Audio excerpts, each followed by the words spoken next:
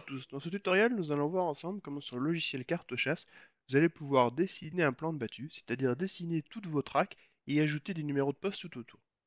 Donc sur l'assistant de saisie sur votre gauche, vous avez un bouton sur la sécurité HS qui s'appelle dessiner un plan de battu. Donc vous cliquez sur ce bouton, vous pouvez déplacer la palette en mettant le curseur tout en haut, et donc vous voyez que sur cette carte, vous allez pouvoir ajouter une track, des postes et également l'endroit où vous pouvez stationner les véhicules à côté de votre track.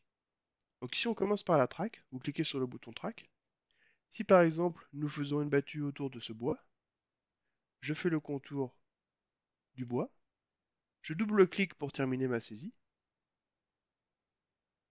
Donc automatiquement, j'ai des informations liées à cette track, c'est-à-dire que je sais que la track fait 11 hectares et que si je veux le faire le tour à pied, ça fait 1400 mètres. Donc il faut ajouter un nom à cette track. Donc nous, on va dire que c'est une track de test. Et vous pouvez également changer la couleur du contour de la track. Par défaut, elle est en orange, mais si vous souhaitez par exemple qu'elle soit bleue, vous pouvez la mettre en bleu. Vous enregistrez, et vous voyez votre track de test de 11 hectares qui est affiché sur la carte. Autour de cette track, vous allez pouvoir ajouter de 1 à n postes. Donc vous cliquez sur le bouton poste, et vous venez positionner les postes autour de la track. Donc par exemple, le premier, on va dire que c'est le numéro 1. Et vous pouvez choisir si ce type de poste, donc si c'est un mirador ou si c'est simplement un poste au sol.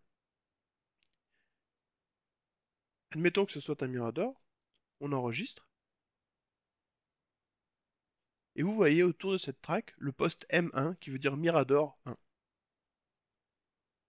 Si nous avions choisi simplement un poste au sol, par exemple à côté, le numéro 2, ce n'est pas un mirador mais c'est un poste au sol, lorsque j'enregistre, j'ai le numéro P2 qui signifie poste numéro 2. Vous pouvez également saisir l'endroit où vous allez stationner les véhicules. Par exemple, dans ce pré ici. Vous pouvez indiquer, c'est facultatif, mais vous pouvez indiquer le nombre de véhicules que vous pouvez stationner. Par exemple, je sais qu'il y a 5 places de véhicules. J'enregistre. Et j'ai mon parking qui est ici. Vous avez le bouton ici qui va vous permettre de modifier la track. C'est-à-dire que vous vous êtes rendu compte que vous avez fait une erreur. Et en fait, quand vous faites la track, vous ne prenez pas ce bois. Vous cliquez sur ce bouton, vous cliquez à l'intérieur de la track, et vous allez pouvoir modifier votre track. Soit vous double-cliquez sur la carte pour enregistrer, soit vous cliquez sur la petite disquette qui est ici. Si je fais un double clic sur ma carte, ça enregistre ma track et ça va automatiquement modifier la surface de ma track. Une fois que vous avez fait ça, vous souhaitez imprimer votre track. Donc vous cliquez sur le petit bouton Information et avec cet outil Information, vous allez cliquer sur votre track. Vous allez ouvrir la fiche de la track, donc la track test. Vous voyez qu'il y a deux postes qui sont attribués à cette track. Et vous avez deux boutons, imprimer la carte, soit en format paysage, soit en format portrait. Ici, c'est plus logique pour moi de l'imprimer en format portrait. Je clique sur le bouton.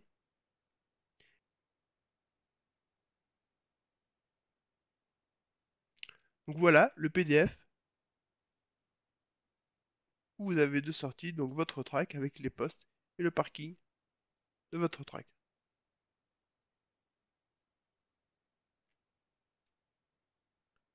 Si vous souhaitez faire apparaître sous forme de tableau la liste de vos tracks, vous pouvez aller sur l'onglet Données et aller sur la table des tracks. Et ça va vous donner un tableau avec la liste de toutes vos tracks que vous avez. Merci pour ce tutoriel et à bientôt.